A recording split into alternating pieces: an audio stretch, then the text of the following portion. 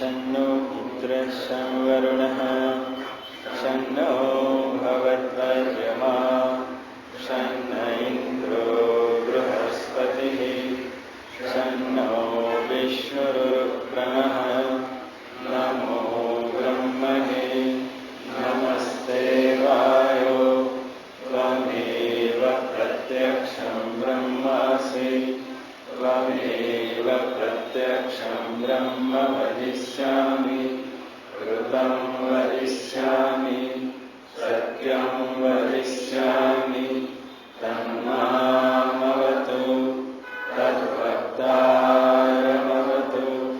अवतु माम् अवतु वक्तारम् ॐ शान्ति शान्ति शान्तिः ॐ सहनावतु सहनौ भुनक्तु सह वीर्यं करवावहै तेजस्विनावधीतमस्तु मा विद्विषावहै ॐ शान्ति शान्ति शान्तिः ॐ सदाशिवसमारम्भां शङ्कराचार्यमध्यमाम् अस्मदाचार्यपर्यन्तां वन्दे गुरुपरम्परां श्रुतिस्मृतिपुराणानाम् आलयं करुणालयं नमामि भगवत्पादं शङ्करं लोकशङ्करं शङ्करं शङ्कराचार्यं केशवं बादरायणं सूत्रभाष्यकृतो वन्दे भगवन्तो पुनः पुनः ईश्वरो गुरुरात्मेति मूर्तिभेदविभागिने व्योमवद्व्याप्तदेहाय दक्षिणामूर्तये नमः।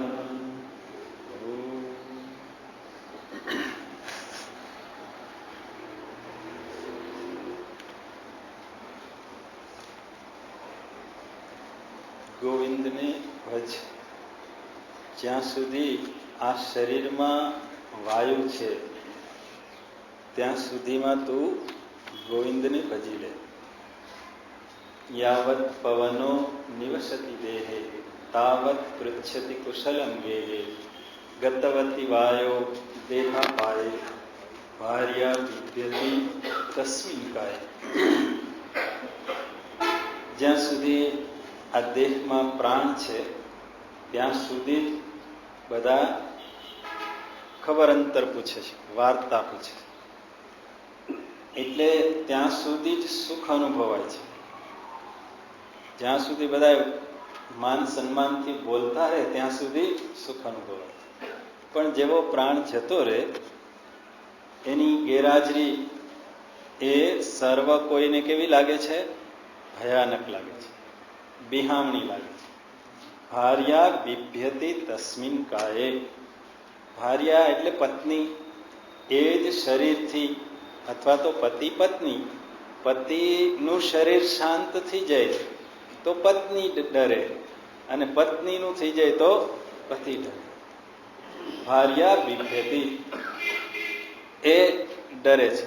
એટલે આપણે બધાએ અનુભવેલું છે, તમે બધાએ, કે કોઈકનું એવી રીતે અવસાન થયું હોય અને રાત એની પાસે કાઢવાની હોય ત્યારે શું થતું હોય છે કે અત્યારે તો એનાથી પર થઈ જશે. કે એ સ્મશાનમાં આપણે જઈએ છીએ તો વાતો બધી થોડી વાર એવું લાગે છે, એ પણ પાછું એ જ સમયે પાછું ખાણીપીણીને બધું ચા પાણીને અલગ મલકની વાતો ત્યાં સ્મશાનમાં પણ થતી રહે છે. એ જે મૃત્યુ પામનાર છે એનો કોઈ સંદેશો જીલતું નથી. એ કહે છે કે એ શરીર કેવું હતું પહેલા? તો કે ખૂબ પ્રેમ સ્નેહ એને હું છોડતો નહોતો, જન્મ જન્મના સાથ નિભાઈ ગઈ. પણ જેવો પ્રાણ જતો રહે એટલે તો કે ના, હવે નહીં. પ્રાણ છે ત્યાં સુધી આસક્તિ છે.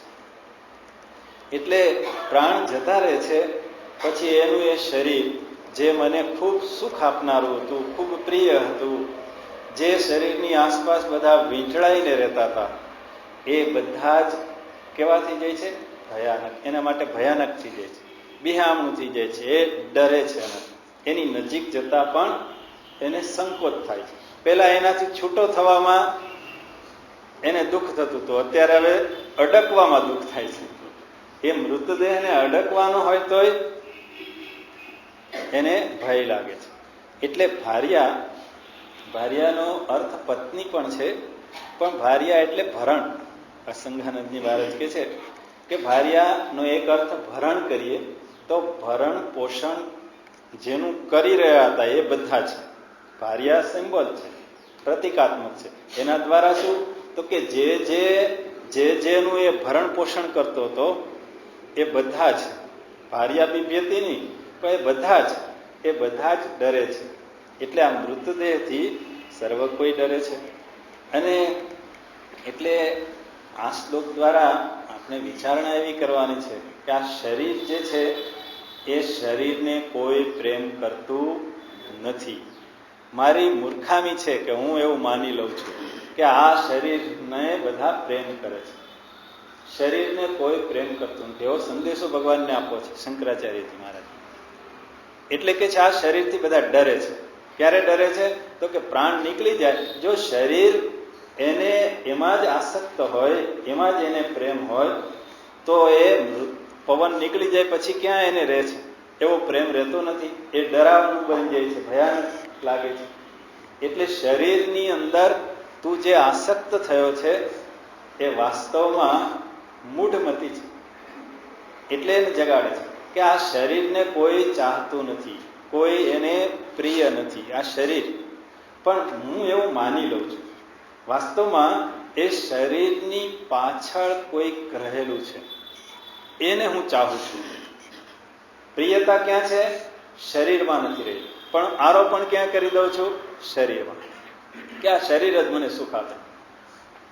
શરીર સુખ નથી આપતું, પણ શરીરની અંદર કોઈક છે જે ચૈતન્ય છે, જે મારું સુખ સ્વરૂપ છે પોતાનું જ, એ જ પ્રિય લાગે છે. એટલે આત્મ ચૈતન્ય જે આ શરીરમાં રહેલું છે, જે પરમાત્મા રહેલા છે, જે સર્વની અંદર રહેલા છે, મારી અંદર રહેલા છે, સર્વ કોઈમાં રહેલા છે, અને મને એને પ્રાપ્ત કરવાની ઈચ્છા થાય છે. પ્રિયતા ક્યાં રહેલી છે? ત્યાં રહેલી છે. ઉપનિષદમાં કહ્યું છે ને, આત્મનસ્તુ કામાય સર્વમ પ્રિયમ ભવતી. પોતે પોતાને પ્રિય છે માટે સામે એને પ્રિય લાગે છે. એટલે વાસ્તવમાં કોઈ કોઈને ચાહતું નથી, શરીરને કોઈ ચાહતું નથી, પણ પોતાનું જ સ્વરૂપ ત્યાં અભિવ્યક્ત થાય છે એના માધ્યમથી. વાસ્તવમાં પોતાને જ ચાહે છે. એટલે જે શરીર છે એ શરીરની અંદર રહેલું જે ચૈતન્ય છે એ આત્મ ચૈતન્ય જે સર્વ કોઈમાં રહેલું છે, અને એને જ આપણે ઓળખ્યું નથી, જાણ્યું નથી. એટલે આપણે જ્યાં એ પ્રગટ થઈ રહ્યું છે એને વળગી પડીએ છીએ, એમાં આસક્ત થઈ જાય છે. જ્યાં એ ચૈતન્ય અભિવ્યક્ત થાય છે સ્થૂળ સૂક્ષ્મ શરીરમાં, ત્યાં આપણે શું થઈ જાય છે? આસક્તિ. કે આ મારા સુખનો સ્ત્રોત, આ જ મારા સુખનું સાધન. પણ વાસ્તવમાં એ સુખનો સ્ત્રોત સ્વયં પોતે જ છે, પણ એ ન જાણવાને કારણે શું થાય છે? શરીરમાં આસક્ત થઈ જાય છે, પોતાના શરીરમાં અને અન્યના શરીરમાં પણ. અહીં ભગવાન શંકરાચાર્યજી બે બતાવે છે કે આ શરીરની આસક્તિથી ઉપર ઉઠવાનું છે. શરીરમાં જે આસક્ત થઈ ગયો છે, પણ એ શરીર તને સુખ આપનારું નથી. જો સુખ આપતું હોય તો સર્વ કાળે, સર્વ સ્થાનમાં, સર્વ કોઈને સુખ આપવું જોઈએ, પણ એવું થતું નથી. એનું એ શરીર એક સમયે સુખ આપે છે, બીજી ક્ષણે નથી આપતું. જેવો પ્રાણ જતો રહે એવું એ સુખ આપવાનું જતું રહે છે. અને સ્થાન બદલાય તોય, અથવા તો એ શરીર અત્યારે સુખ આપે છે, પ્રાણ નથી ગયો ત્યારે, પણ એના દ્વારા કટુ વચન નીકળે તો એ સુખ નથી આપતું. એનું એ હોય. એટલે અને પોતાનું શરીર, પોતાના શરીરને જેણે હું માની લીધો અને એને એવું લાગે છે કે આ બધા મને પ્રેમ કરે છે, સુખ આપે છે, અન્ય જોવા, આ શરીરમાં આસક્ત જે હું છું એને કારણે એ સુખ સ્વરૂપ પોતાનું છે એ ખબર નથી. અજ્ઞાનને કારણે એ પોતે પોતાના સ્વરૂપને જાણ્યું નથી, એટલા માટે એ શરીરને વળગે છે. કયું શરીર? બાહ્ય શરીર અને પોતાનું શરીર. પોતાના શરીરને વળગે છે. વળગે છે એટલે આમ બીજાના શરીરને જેમ હું વળગું એવી રીતે પોતાના શરીરને વળગણ એવું નથી થતું, પણ એની અંદર આસક્ત થાય છે. વળગે છે એટલે શું? અને પછી એને છોડીને તો જવું જ પડે છે, એમાં વિકલ્પ તો છે નહીં. પ્રાણ નીકળી જાય એટલે આ શરીરને છોડવું પડે, ગમે એટલું વળગણ હોય તોય પછી એને એ રાખી શકતો નથી. એટલે આ શરીર જે છે એ શરીરનું વળગણ એવું છે કે જેને કારણે એ શરીરને જ ધ્યાનમાં રાખીને સવારથી ઉઠી અને રાત્રે સૂવે ત્યાં સુધી બધું જ શું કરે છે? કોના કેન્દ્રમાં? તો કે આ શરીર. કારણ કે આ શરીર મને સુખ આપે છે. એટલે સંગાનંદજી મહારાજ તો એવું કહે છે કે આપણે ષોડશોપચાર પૂજા આ શરીરની કરીએ છીએ સવારથી ઉઠીને. એટલે સવારમાં ઓલું, પછી આચમન ને, સ્નાન ને, પછી ભોજન ને, આ બધું વસ્ત્ર ને, આભૂષણ ને, જેમ ભગવાનને પહેરાવીએ બધું, એ ખાલી આરતી નથી કરતા, આરતી નથી કરતા, બાકી તો બધું આવી જાય છે. કે જે ભગવાનને બધું કરીએ, પોટાડી દઈએ તો આ શરીરને પોટાડીએ. એટલે સવારથી ઉઠે તો રાત્રે સૂવે ત્યાં સુધી એ શરીરમાં જ, એટલે એ શરીરમય પ્રવૃત્તિ છે એમાંથી જગાડે છે. અને એટલા માટે કહે છે કે આ શરીર તો તને આધાર મળેલો છે. શેના માટેનો આધાર મળેલો છે? તો કે એ પરમાત્માને જાણવા માટે, એ પરમાત્મામય બનવા માટે. એટલે કે છે ગોવિંદને ભજ, ગોવિંદને ભજ. એ સગુણ રૂપે ગુણ એ ગોવિંદને ભજ, અથવા તો એ નિર્ગુણ નિરાકાર સ્વરૂપ પોતાના સ્વરૂપે એને તું ભજ. એને પામવા માટે આ શરીર મળેલું છે, શરીર મળેલું છે. એટલે આ શરીરનો આધાર લેવાનો છે એને પામવા માટે. એટલા માટે શરીર મળ્યું. શરીરને વળગવા માટે નહીં કે બીજા શરીર, એક શરીર બીજા શરીરને વળગે એટલા માટે, પણ શરીરનો આધાર લઈ અને બીજા શરીરોનો પણ સહારો લઈ અને એ અશરીરી શરીરમાં જે એ દેહમાં જે દેહી છે એને પામવાનો છે. દેહ દ્વારા દેહીને ઓળખવાનો છે. તો અને સંબંધો જે છે દેહ સાથેના, તો એ સંબંધના બંધનોથી ઉપર ઉઠી અને જે બંધન રહિત છે એને ઓળખવાનો છે. એટલા માટે આ શરીર પ્રાપ્ત થયું છે. બંધ કરી દો, બંધ કરી દઈશું છે. એટલે આપણું સાચું ઘર એ પરમાત્માનું સ્વરૂપ છે, એને ઓળખવું. અને ઓળખવા માટે આ શરીર મળેલું છે. આ શરીરનો અંત ક્યારે આવી જાય એ કંઈ નક્કી નથી. આગળ આપણે જોયું, નલિની દલગત જલમતી તરલમ, એવું આ જીવન છે કે જ્યારે ક્યારે એનો પ્રાણ અંદરથી નીકળી જશે, એ વાયુ ક્યારે નીકળી જશે એ પહેલા જાગી જાઓ.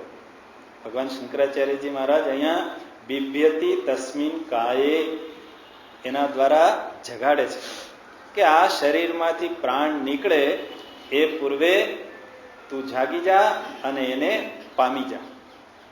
જગાડવા અને પામવા અર્થે એ કરે છે કે તું જ્યાં ક્યાંય ફસાયેલો છે એ અને તારા કૃત્યો એને તું યાદ કર.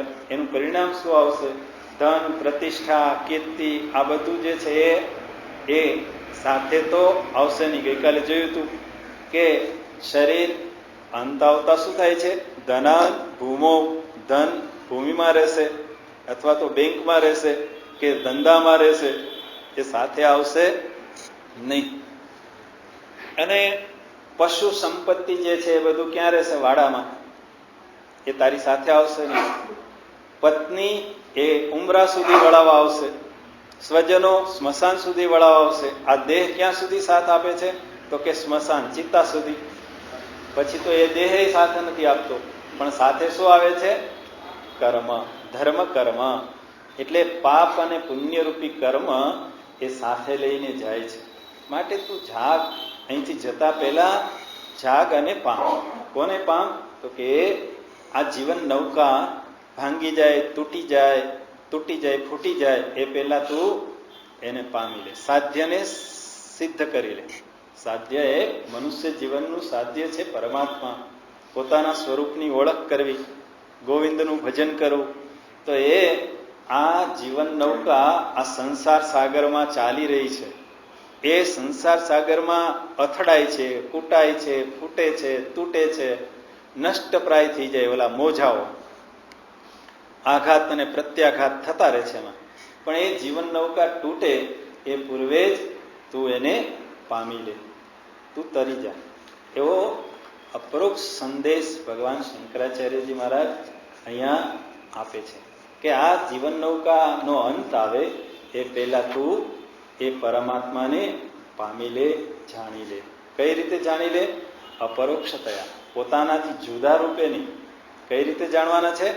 પોતે જ એ હું છું, ગોવિંદ મારાથી જુદા નથી, સ્વયં હું છું, એ રીતે એને જાણો. હવે એ જ જીવનના સંદર્ભમાં, એ જ જીવનની વાસ્તવિકતાને ભગવાન આગળના શ્લોકમાં બતાવે છે કે આપણે આ જે જીવન છે એ જીવન કેવી રીતે વ્યતીત કરીએ છીએ. તો ભગવાને સુંદર શબ્દ ચિત્ર ખડું કર્યું છે. આપણું જે જીવનની 3 ભૂમિકાઓ, 3 અવસ્થાઓ, એમાં જે આપણે જીવી રહ્યા છીએ એ 3 અવસ્થાઓ કેવી રીતે પસાર થઈ રહી છે, ગોવિંદને જાણવામાં નથી થતી. વ્યર્થ પ્રવૃત્તિઓમાં આપણું જીવન વહી રહ્યું છે. એટલે આપણા જીવનની વાસ્તવિકતા દર્શાવે છે. અને એ શું કહે છે એમાં આગળના શ્લોક 7માં? બાલસ્તાવત ક્રીડાસક્તઃ તરુણસ્તાવત તરુણીરત વૃદ્ધસ્તાવત ચિંતાસક્ત પરમે બ્રહ્મણિ કોપી ન ભજ ગોવિંદમ ભજ ગોવિંદમ ગોવિંદમ ભજ મૂઢમતે. ગોવિંદને ભજ એ મૂઢમતે. આ જીવનમાંથી પ્રાણ જતો રહે એ પૂર્વે તો આ જે અવસ્થામાં રહ્યો હોય, જે અવસ્થામાં, ત્યાં એને પામવાનો પ્રયત્ન કરે. અને આપણું જીવન ભગવાન શંકરાચાર્યજી મહારાજ કેવું જાણ્યું હશે કે નતા એ સમયે કોઈ માધ્યમો, સમાચાર, મીડિયાના, ટીવી, ઈમેલ વગેરે, અને છતાંય એ વાસ્તવિક જીવનનું ચિત્ર ભગવાન શંકરાચાર્યજી અહીંયા રજૂ કર્યું છે કે બાળપણ, બાલ કેવી રીતે વીતે છે, યુવાની કેવી રીતે પસાર થઈ જાય છે, અને વૃદ્ધત્વ આવે છે ત્યારે એની સ્થિતિ કેવી છે. અને આવી સ્થિતિ હોવા છતાંય, આવું બધા જાણે છે છતાંય કોઈને એક પરમાત્માની અંદર પ્રીતિ કરવાની ઈચ્છા થતી નથી. એમાં લગની એની કોઈની લાગતી નથી. એની લગન તો ક્યાં છે? તો કે બાળપણમાં જુદી જગ્યાએ છે, યુવાનીમાં જુદી જગ્યાએ છે, અને વૃદ્ધાવસ્થામાં પણ કંઈક જુદું છે. એમાં એને અવસર મળતો નથી, અને એમનેમ જીવન એનું પૂરું થઈ જાય છે. એટલે એ બાળપણ ક્યાં વિતાવે છે? તો કે બાલઃસ્તાવત ક્રીડાસક્તઃ. એ બાળપણ રમતમાં પસાર થઈ જાય છે.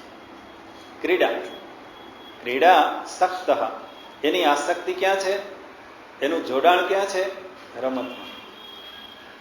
યુવાન તો એને બતાવતા કે છે તરુણઃ તાવત તરુણી રક્ત. યુવાન થાય છે તો યુવતીમાં એ આસક્ત છે, યુવતી યુવાનમાં આસક્ત છે. અન્ય સમજવા. એટલે એમાં એનું જીવન ભોગ પરાયણ એમાં વીતી જાય છે. મેળવવું અને ભોગવવું એ યુવાની કાળ એનો એમાં વીતે છે. અને આવી રીતે જેનું બાળપણ અને જેની યુવાની વીતી હોય એને પછી વૃદ્ધાવસ્થામાં તો શું હોય? ચિંતા. એટલે કે છે શું કે છે? વૃદ્ધસ્તાવત ચિંતા મગ્ન. એ વૃદ્ધત્વ એનું ક્યાં છે? ચિંતાગ્રસ્ત. ચિંતામાં જ એનું વૃદ્ધત્વ પસાર થાય છે. પરમે બ્રહ્મણી કહ અપી ન લગ્ન. કોઈ લાગતો નથી, લગ્ન એની નથી થતી ત્યાં. ક્યાં? પરમે બ્રહ્મણી. એ પરમે બ્રહ્મણી કહ અપી ન લગ્ન. કોઈનું મન એ પરમાત્મામાં લાગતું નથી. કેમ? તો કે આ અવસ્થાઓ એક પછી એક પસાર થઈ જાય છે અને એમાં એને અવસર રહેતો નથી. તો પ્રત્યેક અવસ્થા આ શ્લોકમાં ભગવાન બતાવે છે મર્યાદાથી યુક્ત છે. અથવા તો આવું કેમ થાય છે? તો કે માયાનું આવરણ આવી જાય છે, જેને કારણે એને કંઈ સૂઝતું નથી. એટલે એક એક સમસ્યા એક એક એને વળગેલી છે. એક એક અવસ્થામાં એક એક સમસ્યાથી યુક્ત છે. એક વિષય, એક સમસ્યા, એક ફસામણી પ્રવૃત્તિ, તો એ ચિંતન ક્યાં કરે? ચિંતન થતું નથી. પરમે બ્રહ્મણી કોપી ન લગ્ન.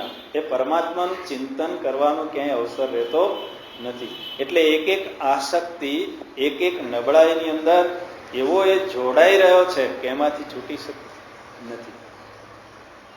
આપણે જોઈએ એક એક નબળાઈ શું છે? તો બાળક રમતમાં, રમત તરુણ રમણ અને વૃદ્ધત્વ રંક બની જાય. વૃદ્ધત્વમાં પછી શું થઈ જાય? રાંક થઈ જાય, ગરીબ બની ગયો, હવે કઈ સામર્થ્ય રહ્યું નહીં. એટલે બાળપણ રમતમાં ગયું, તરુણ અવસ્થા રમણમાં ગઈ અને વૃદ્ધાવસ્થા રંક અવસ્થા. બીજું જોઈએ તો બાલ્યાવસ્થા રમતમાં, તરુણ અવસ્થા રતિ અને વૃદ્ધાવસ્થા છે રંજ. રંજ એના જીવનમાં રહે કે અફસોસ રહ્યો કે આ જીવન પૂરું થઈ ગયું, મેં કંઈ કર્યું. રંજ એ એટલે બાલ્યાવસ્થા ક્રીડા શક્તિ છે. આ શક્તિ ક્યાં છે? માયાનું આવરણ છે. એક એક અવસ્થામાં એક એક માયા એની પકડ જમાવે છે. બાલ્યાવસ્થામાં ક્રીડા શક્તિ છે, રમતમાં આસક્તિ. એટલે ઓલા બાળકને રમતું હોય તો આપણે એને બોલાવવું પડે, એટલે માં એને ખેંચ્યા અને એ દમ પછાડા કરે, મને રમવા દે, મને રમવા દે. એ ખાવા પીવાનું બધું જ ભૂલી જાય રમવાનું. પણ એની રમત શું છે? નિર્જીવ પદાર્થો. જે ઘરમાં જે કંઈ પ્રવૃત્તિ થઈ રહી છે એને આદિને એ નિર્જીવ વસ્તુઓનો સહારો લઈ અને રમત રમે છે. ઢીંગલા ઢીંગલી એનું જગત કેવું છે? તો કે એ ઢીંગલાઓને ઢીંગલીઓને ભેગી કરે. પછી એ બાળક સ્ત્રીનું હોય કે પુરુષનું શરીર હોય, તો એ શું કરે છે? એ ઢીંગલા ઢીંગલીની રમતો.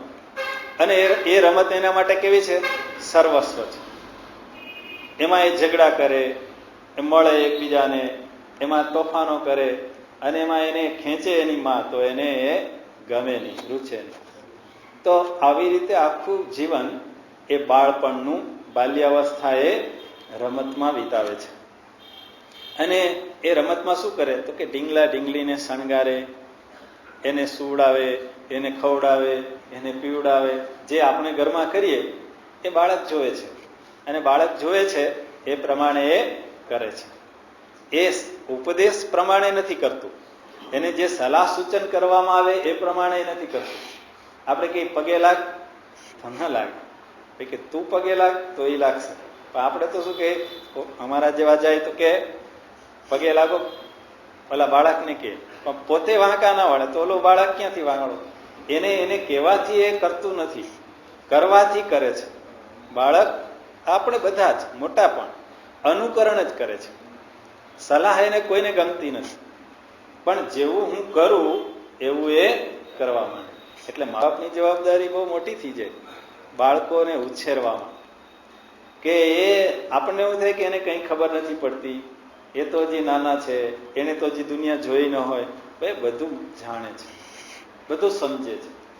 એટલે બાળકની જેવા સંસ્કારો આપવા હોય એ પ્રમાણે આપણે કરવાનું, સલાહ નહીં દેવાની, કરવાનું. અને કરીશ તો એ કરશે. એટલે આ બાળપણમાં એ શું કરે છે? ઢીંગલા ઢીંગલી વગેરે જે રમતના સ્થાનો છે એને શણગારે. અને આમે આખું જોઈએ ને તો ત્યાંથી દેહાશક્તિ શરૂ થઈ જાય છે. ભલે નિર્જીવ પદાર્થોને શણગારવું, શોભાવવું ને ખવડાવવું ને પીવડાવવું ને જે ઘરમાં થઈ રહ્યું છે બાળકો ત્યાંથી શરૂ કરે છે. અને જે ફેશન શો થતા હોય કે જાહેરાતો થતી હોય ત્યાં બધામાં જો જોઈએ તો દેહને જ કેન્દ્રમાં રાખીને બધી પ્રવૃત્તિઓ છે. જાહેરાતો જે હોય તો ત્યાંય શું છે? આ દેહાશક્તિ. આ દેહાશક્તિમાં વધારે એમાં ખૂંચતું જાઓ એવી જ જાહેરાતો ને એવો જ પ્રચાર અને એવો જ પ્રસાર એ જ રહેલું છે. અને એ શરૂઆત બાળપણથી શરૂ થઈ ગઈ છે. એટલે એ બાળપણ એનું રમતમાં જ પસાર થઈ જાય. યુવાની આવે, તરુણાવસ્થા પૂરી, યુવાન અવસ્થા એની બાલ્યાવસ્થા પૂરી થઈ અને તરુણ યુવાન થયો, કુમાર અવસ્થા. અને ત્યારે એની અંદર જે વાસના બીજી અવસ્થા પ્રાપ્ત થઈ અને બીજી અવસ્થામાં માયાથી આસક્ત થયો. તરુણ તરુણમાં કે તરુણી તરુણમાં એ રીતે આસક્ત થાય છે. જ્યારે બાળપણમાં એ નિર્જીવ પદાર્થો સાથે ક્રીડા કરતો હતો, હવે એ ક્રીડા સજીવ સાથે શરૂ થઈ ગઈ. માધ્યમ બદલાઈ ગયું. ઓલા નિર્જીવ ઢીંગલા ઢીંગલી હતે, હવે એ જીવતા જાગતા જે હાલતા ચાલતા છે એવા ઢીંગલા ઢીંગલીથી રમવા માંડે છે. ચેન્જ માત્ર શું થયું? સ્થૂળ વસ્તુની જગ્યાએ હવે ક્રિયાશીલ ચેતન જ્યાં અભિવ્યક્તિ છે એની સાથે એ આસક્ત થાય છે.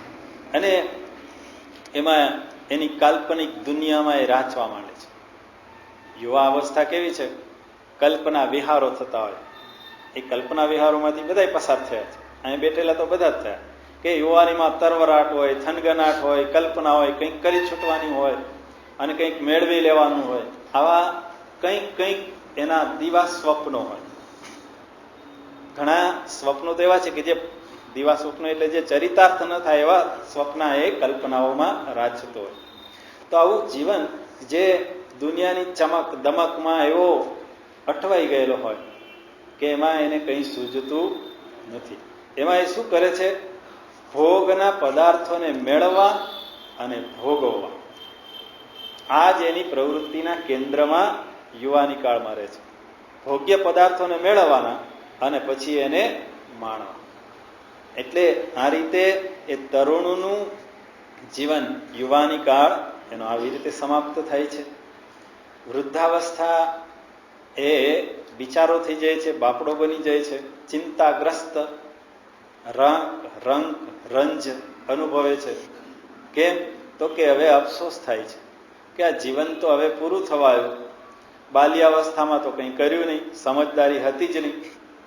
કારણ કે બાલ્યાવસ્થામાં તો સમજદારી હતી નહીં, એટલે મા બાપનું ત્યાં કર્તવ્ય રહે કે એને યોગ્ય દિશામાં વાળે. અને ભગવાન શંકરાચાર્યજી તો બાળપણથી જ જાગી ગયા હતા.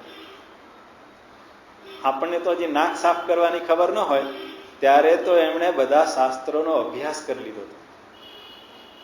3 વર્ષની ઉંમરે તો એને બધો અભ્યાસ કર્યો હતો. જીવનચરિત્ર અહીં નાટકે જોયું છે ને આપણે બધા, ભગવાન શંકરાચાર્યજી 5 વર્ષે સંન્યાસી થયા હતા, ઘર છોડીને નીકળી ગયા હતા. આપણે તો 5 વર્ષે કંઈ ખબર ન હોય. એટલે એણે બાળપણ રમતમાં પસાર નથી કર્યું. એટલે અહીંયા પણ એ તો આખા સમાજને ધ્યાનમાં રાખીને, કારણ કે એણે વિચરણ કર્યું છે, વિહાર કરેલો છે અને એને આ જોયું છે કે મોટા ભાગનાનું જીવન બાળપણ રમતમાં જાય છે, યુવાની ભોગ અને વૃદ્ધાવસ્થા ચિંતા. એટલે એ જગાડે છે. નહીતર આપણે તો એમ કહીએ કે વૃદ્ધાવસ્થામાં કરીશું ભજન, પણ વૃદ્ધાવસ્થા આવશે કે કેમ એ ક્યાં ખબર છે? વૃદ્ધાવસ્થા આવવાની છે એ કંઈ નિશ્ચિત છે ને. એટલે જ્યારથી જાગીએ જે અવસ્થામાં છીએ ત્યારથી એનું ભજન, ગોવિંદને ભજવાનો પ્રયત્ન કરવો જોઈએ જ્યાં છું ત્યાં. અને આપણા બાળકોને તો આપણે ઘણીવાર એ દિશામાં પ્રવૃત્તિ કરે તોય રોકીએ કે હજી તારે તો વાત છે, હજી તો તારે શું કરવાનું છે, આ જગતમાં દોડ, ફસા. અમે તો ફસાણા પણ તુંય ફસા, દોડ તું તારે. આપણે એને રોકીએ, આપણે એને પ્રેરવા જોઈએ. કારણ કે જીવનનો ક્યાં ભરોસો છે? બાલ્યાવસ્થામાંથી એ યુવાવસ્થામાં આવશે કે કેમ? યુવાવસ્થામાં આવ્યો હોય તો એ વૃદ્ધત્વમાં પ્રવેશ કરશે કે કેમ? નલિની દલગત, કમળપત્ર ઉપર પડેલા બિંદુ જેવું જીવન છે. ક્યારે ખરી પડે એ કંઈ નક્કી નથી, અને આપણે ઠેલીએ પાછળ. એટલે અને પછી એ આપણું માને નહીં ત્યારે આપણને પછી સ્વીકાર્ય નથી થતું. એટલે જ્યારથી એને આપણે ન પ્રવૃત્તિ કરતા હોય તો પ્રેરવા જોઈએ, પ્રેરવા જોઈએ, સલાહ આપીને નહીં, કરીને. કરી આપણે એવું કરવાનું ઘરમાં.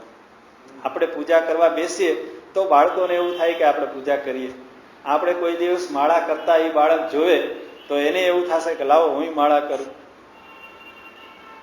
એ જોઈને કરશે. અને એ કરે ત્યારે એને રોકવાનું નહીં, એને પ્રોત્સાહિત કરવાનું, એને આગળ જાય. કારણ કે જીવનનો ક્યાં ભરોસો? મારા જીવનનો કે એના જીવનનો કે કોઈના જીવનનો ભરોસો તો છે નહીં.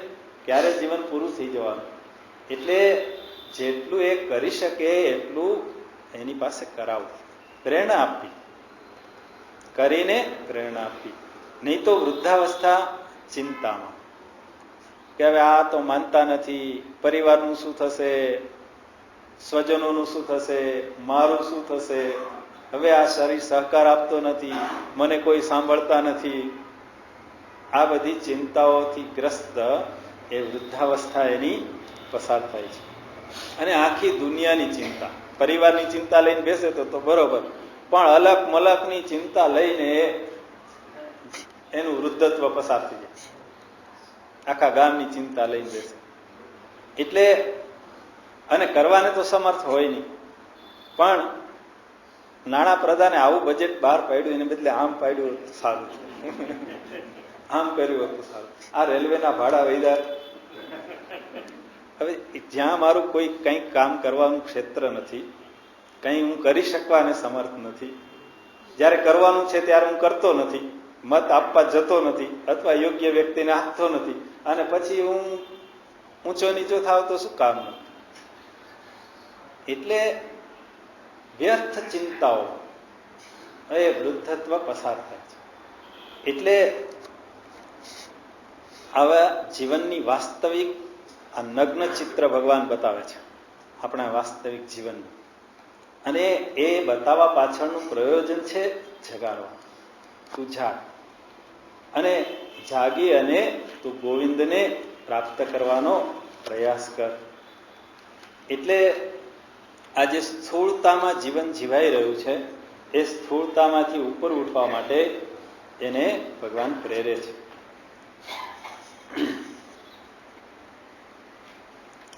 સ્થૂળતા શું છે? ભોગ મેળવવા અને ભોગ કરવા. અને આવા સંસ્કાર અનેક જન્મથી પડેલા છે, એટલે એમાંથી બહાર નીકળી શકતો નથી. એટલે એને એમાંથી બહાર કાઢવા માટે સંયમની વાત પણ કરવી પડે. બીજા કોઈને, પ્રાણીઓને વિશેષ કરીને કરવાની જરૂર નથી રહેતી. કેમ? તો કે એ કુદરત દ્વારા નિયંત્રિત છે. એની જે આહાર નિદા ભય મૈથુન ક્રિયા જે છે એ કુદરત સંચાલિત છે.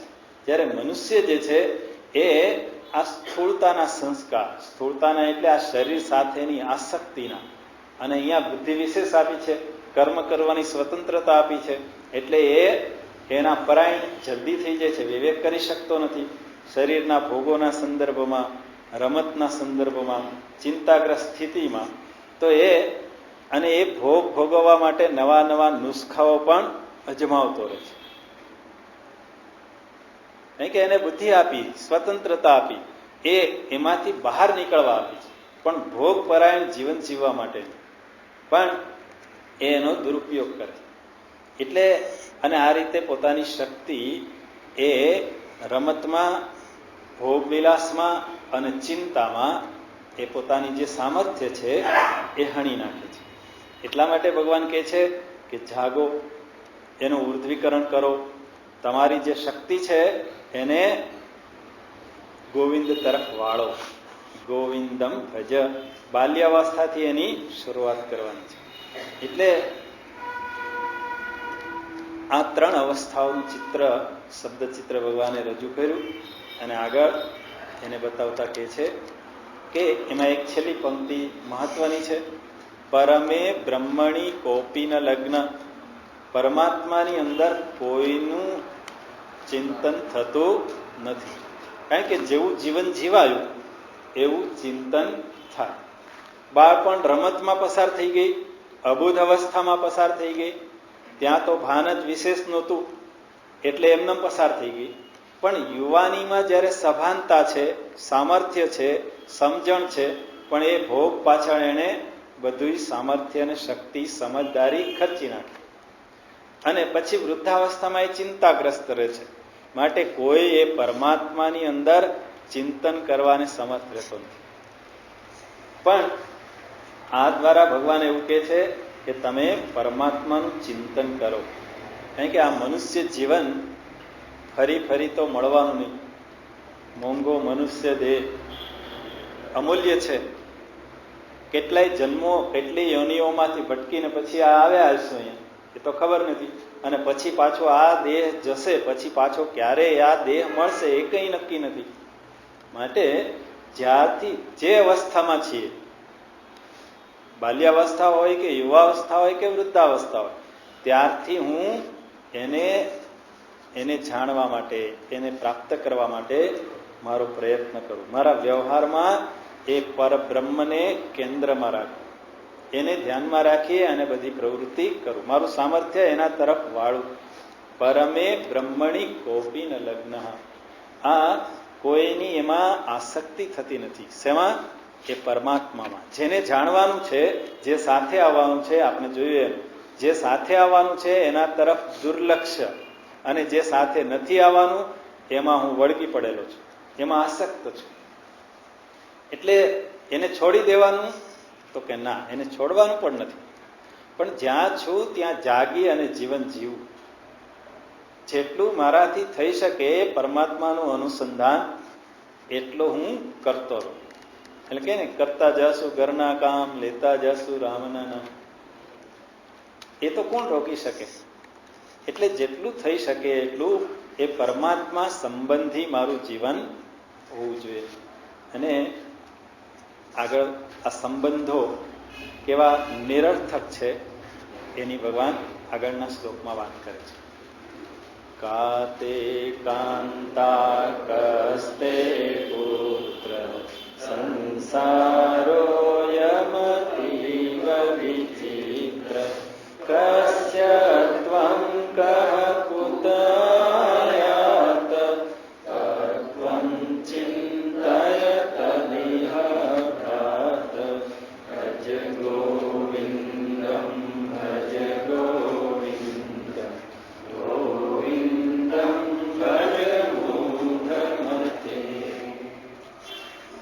ભગવાન શંકરાચાર્યજી કહે છે સંબંધ, આ શ્લોકમાં સંબંધની વાસ્તવિકતા, સંબંધની નિરર્થકતા એ બતાવે છે કે જ્યાં તું આસક્ત થયો છે પરિવારમાં અને તારા જીવનને ત્યાં વેડફી રહ્યો છે, તો એ આસક્તિના સંદર્ભમાં તું વિચાર કર.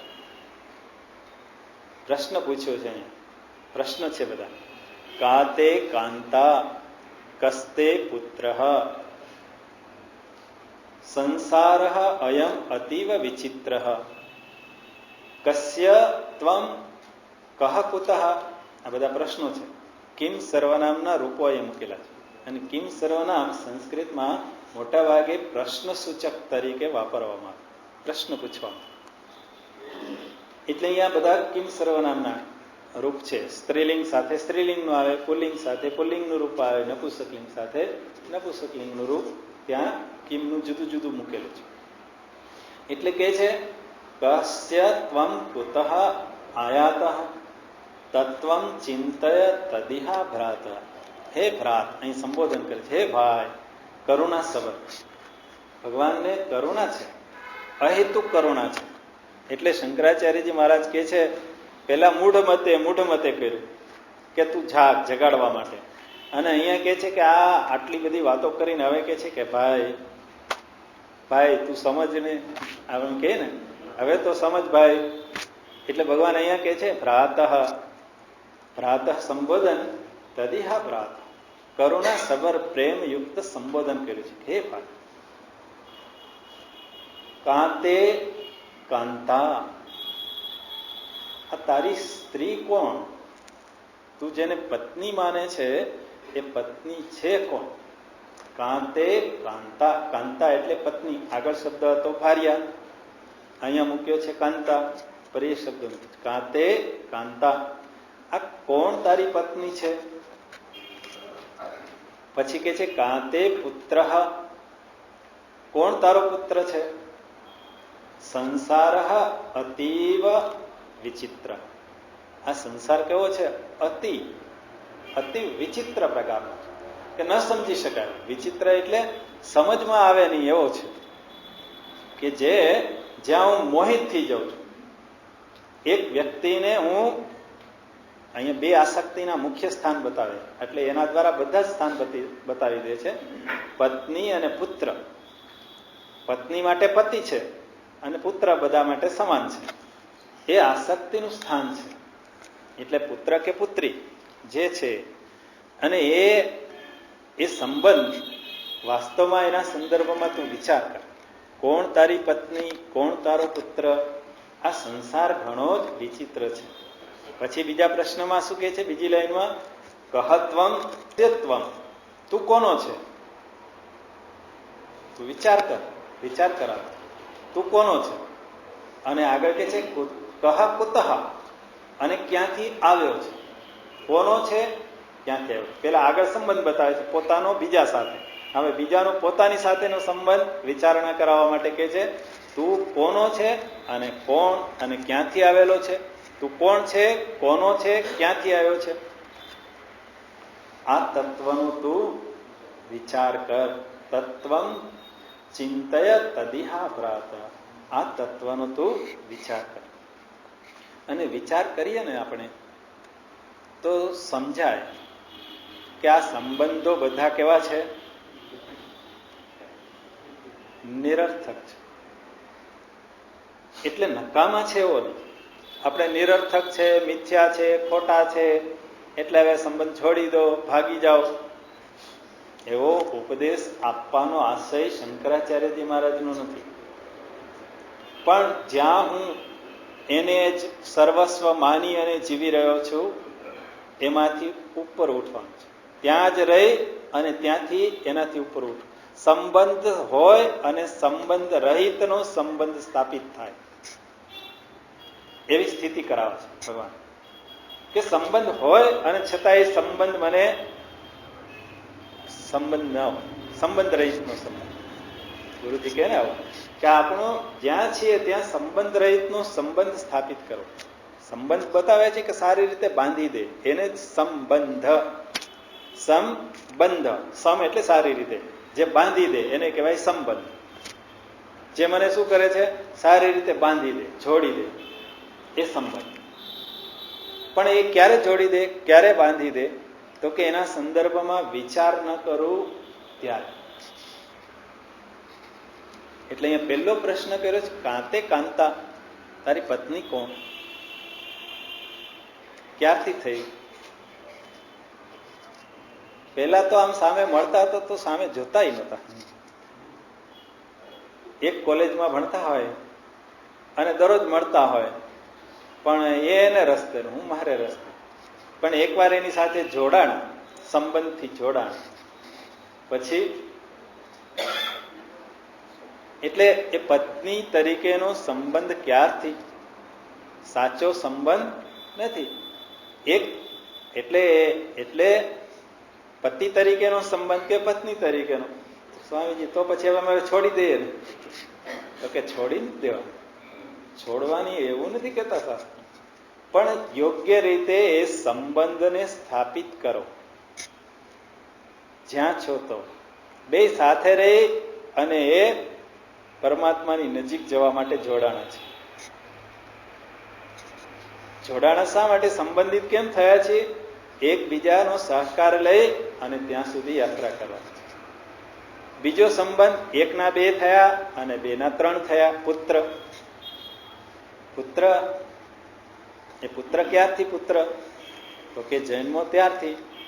ક્યાં સુધી પુત્ર? તો કે જ્યાં સુધી રહે ત્યાં સુધી. પછી પુત્ર રહેતો નથી. બીજી એક દ્રષ્ટિએ વિચાર કરીએ, પછી બીજી દ્રષ્ટિ થશે. જેને તું કોનો પૂછે, તું કોનો? તો કે હું મારી પત્ની. પતિ હોય તો શું કહી દે? હું મારી પત્ની. પુત્ર હોય તો કે માનો કે પિતાનો, જેનો હોય કે બેયનો. કોનો તું? કે આ જ્ઞાતિનો, સમાજનો. હું કોનો? અથવા હું કોણ? તો કે ફલાણા. આપણે ઓળખાણ આપીએ. કસ કે અહીં બતાવે છે કસ્યત્વમ, તું કોનો છે? કહ કુતઃ આયા. કહ એટલે કોણ? તું કોનો છે? કોણ છે? કુતઃ એટલે ક્યાંથી આવ્યો છે? આવ્યો ક્યાંથી? જવાનો ક્યાં? આ મૂળભૂત પ્રશ્નો છે. પણ આપણે ક્યારેય આપણને આવા પ્રશ્નો પૂછતા નથી. કારણ કે આપણે એનાથી બીએ છીએ, ગભરાઈએ છીએ, ડરીએ છીએ કે પછી કાં જવાબ મળશે નહીં, અને પછી મળી જાય ને આ બધું છૂટી જશે તો મારે એ બધું છોડવું તો નથી, અને છૂટી જશે તો. મનથી છોડવાનું છે. મનથી પકડેલું છે, મનથી છોડવાનું. જ્યાં છું ત્યાં રહો, પણ મનથી છૂટી જાય. સંસાર સરસો રે મન મારી પાસે. જો વિચાર કરે યોગ્ય તો એમાંથી એ બહાર નીકળી શકે. તત્વમ ચિંતય તદિહા ભ્રાતઃ. હે ભાઈ, તું આ તત્વના સંદર્ભમાં વિચાર કર. તું કોણ છે? તારી સ્ત્રી કોણ છે? તારો પુત્ર કોણ છે? ક્યાંથી આવ્યો? કોનો છે? આ બધા પ્રશ્નોના સંદર્ભમાં વિચાર કર. અને જો યોગ્ય વિચારણા કરીએ તો સંબંધ નિત્ય છે નહીં. એક સમયે એ સંબંધનો પ્રારંભ થાય છે અને એક સમયે એનો અંત આવે છે. કોઈ પણ સંબંધનો પ્રારંભ અને અંત છે. અને એ ક્યારથી થાય છે? તો કે પુત્ર તરીકેનો જ્યારથી જન્મ થયો ત્યારથી એ સંબંધનો પ્રારંભ થયો. જ્યાં સુધી જીવન રહે છે ત્યાં સુધી એ રહે છે. પતિ પત્નીનો સંબંધ ક્યારથી થાય છે? તો કે જન્મથી એનો પ્રારંભ નથી થતો. જન્મથી કોઈ પતિ પત્ની હોતા નથી. ભલે ભલા પેટે ચાલના કરતા હતા પહેલા, જન્મ પહેલા, પણ એમાંય ખબર તો હોય નહીં. બે પુત્રીનો જન્મ થાય તો કઈ સંબંધ થાય નહીં. બે પુત્રનો જન્મ થાય તો એ સંબંધ ન થાય. અને અત્યારે તો આપણે જાણીએ છીએ કે જન્મતાની સાથે સંબંધ છે નહીં. પતિ પત્નીનો સંબંધનો પ્રારંભ ક્યારથી? તો કે ચોક્કસ એની વય, ચોક્કસ ઉંમર, ત્યારથી એ પતિ અને પત્ની બે થયા. એ પહેલા એ સંબંધ હતો નહીં. અને એકની વિદાયથી એ સંબંધ પૂરો થઈ ગયો. એ ગમે તેની વિદાય થાય એટલે પતિ કે પત્નીનો સંબંધ પૂરો થઈ ગયો. ત્યાં બીજો સંબંધ શરૂ થઈ ગયો. વિધવા કે વિધુર એવો થઈ જાય ને. પતિ પત્ની માંથી કોઈ એક જાય કાં એ સંબંધ બદલાઈ ગયો. હવે શું થઈ ગયો? વિધુર થઈ ગયો. પુરુષ હોય તો વિધુર કે, અને સ્ત્રી હોય તો કે વિધવા. પણ એ સંબંધ કેવો છે? પ્રારંભ અને અંત. પ્રારંભ અંત. કોઈ પણ સંબંધ એ પ્રારંભ અને અંત વાળો છે. કોઈની જન્મતાની સાથે એનો સંબંધ શરૂ થઈ જાય છે અને શરીરનો નાશ થતા અંત આવે. ઘણા સંબંધો એવા છે કે જે પછી શરૂ થાય છે. મિત્રનો સંબંધ પછી થાય. સગા સંબંધીઓનો સંબંધ, એ બધા જે અમુક સંબંધો જન્મથી, અમુક સંબંધો પછીથી. પણ પ્રારંભ અને અંતવાળા એ સંબંધો છે. અને એ સંબંધ સનાતન સત્ય નથી. સંબંધો કેવા છે? પ્રારંભ અને અંતવાળા છે, જે નિત્ય સંબંધ નથી, નિત્ય રહેનારા નથી. અને હું એને માની લઉં છું નિત્ય, એટલે પછી દુઃખી થાઉં. આ સંબંધ કેવો? નિત્ય. સંબંધ નિત્ય છે, પ્રારંભ અંતવાળો. એટલે એ નિત્ય માની લઈએ છે, માટે જીવનનું સત્ય સમજાતું નથી. એટલે સંબંધનો અસ્વીકાર કે તિરસ્કાર કરવો એવું સમજવાનું નથી, પણ સંબંધને સંબંધની રીતે જ જોઈએ, એનાથી વિશેષ મહત્વ ના આપીએ આપણા જીવનમાં. તો એનો ઉપયોગ મારા જીવનમાં શું, વ્યવહારમાં શું? એટલે વ્યવહાર અર્થે આ સંબંધ સ્વીકારેલો છે, આવી સમજદારી હોવી જોઈએ. કોઈ પણ સંબંધ શેના અર્થે છે? તો કે હું યોગ્ય રીતે વ્યવહાર કરી શકું. સંબંધો એટલા છે. પુત્ર પિતાનો કે પતિ પત્નીનો સંબંધ યોગ્ય વ્યવહાર યોગ્ય વ્યક્તિ સાથે થઈ શકે એટલા માટે એ સંબંધથી હું જોડાઉં છું. એટલે સંબંધ શેના અર્થે છે? વ્યવહાર સુગમતાપૂર્વક સારી રીતે થઈ શકે એટલા પૂરતો જ સંબંધ છે. મિત્ર મિત્ર વચ્ચેનો પણ સંબંધ એના માટે જ છે. એટલે કોઈ પણ સંબંધ. એટલે અને આ સંબંધ પ્રાપ્ત થયો એના સંદર્ભમાં જન્મતાની સાથે કે જન્મ પછી, તો આ સંબંધની ઉપયોગિતા એ, અને સંબંધમાં આપણે જોઈએ ઘણા બધા એવા દ્રષ્ટાંતો છે કે આ બધું કેવું છે. તો કે આપણે ટ્રેનમાં જઈએ અને ટ્રેનમાં પછી શું થાય? તો કે બીજા આવે, પહેલા તો આપણે કે સરખા બેસી જાઓ, અહીં બેસશે, જરાક આમ જગ્યા હોય તો જગ્યા પૂરી દઈએ કે અહીંયા બેસે નહીં. અને બેસવા કરે તો કે નહીં નહીં અહીં જગ્યા નથી, અંદર બેસવા દઈએ નહીં. પછી તો ઓલા ધરારથી બેસી જાય. કોઈક જબરા હોય ને તો કે ના ના જરાક ખસો ને, અને બેસે. થોડીક વાર થાય, પેલા તો સામે ન જોવે ને બોલે નહીં ને કાંઈ નહીં, પણ ધીમે ધીમે પછી શરૂ થાય. અહીં કે લાંબી મુસાફરી, સાથે રહેવાનું છે, સાથે જવાનું છે, અને પછી બોલવાનું થાય ક્યાં રહ્યો છો ને શું કરો છો ને. એમાંય પાછી ઓળખાણ નીકળી જાય, એટલે તમે એ ગામના? અમારા સગા ત્યાં રહે છે. અને કહેતો તો કે અમારી બાજુમાં જ રહે છે એટલે વધારે. તો કે હવે તો આપણે સંબંધી, પેલા શત્રુ હતા હવે મિત્ર થઈ ગયા. અને પછી તો બધું ખાવાનું પીવાનું બધું કાઢે, એકબીજાને આગ્રહ કરીને ખવડાવે, અને હવે તો જગ્યાએ આપે કે ના ના હવે આવી જાઓ આવી જાઓ. અને કેટલી વાત એકબીજાના એડ્રેસ લે, મોજ મજા કરે, અને પછી છૂટા પડી જાય. ઓલા વૃક્ષ ઉપર ઓલા બધા પક્ષીઓ આવીને રે, રાત વાસો કરે, સવારે છૂટા પડી જાય.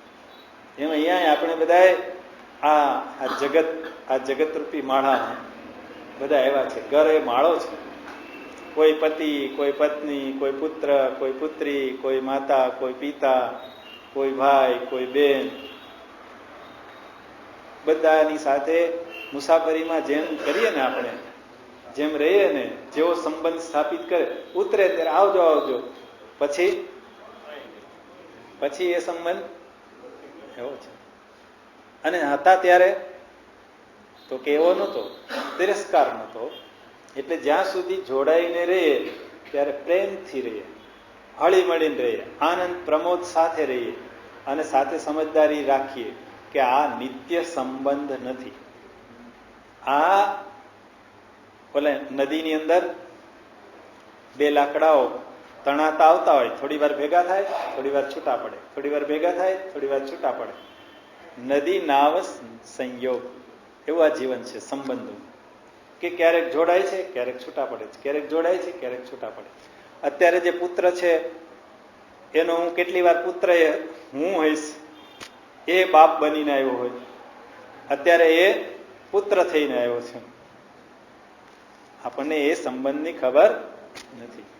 એટલે સંબંધની વાસ્તવિકતા વિચારીએ, અને તું જ્યાં જીવન જીવે છે ત્યાં જીવ. ચિંતન કર, તત્વં ચિંતય, એ તત્વનું અનુસંધાન કર. એ અનુસંધાન કરવા માટે તને આ બધા સગા સંબંધીઓ મળેલા છે, તું એની સાથે સંઘર્ષમાં, લડાઈમાં, કજિયામાં ઉતરી અને તારું જીવન વેડફી ન નાખ, પણ એનો સહારો લઈ સંબંધનો, અને તું એ પરમાત્માને ગોવિંદને ભજ, ગોવિંદને ભજ.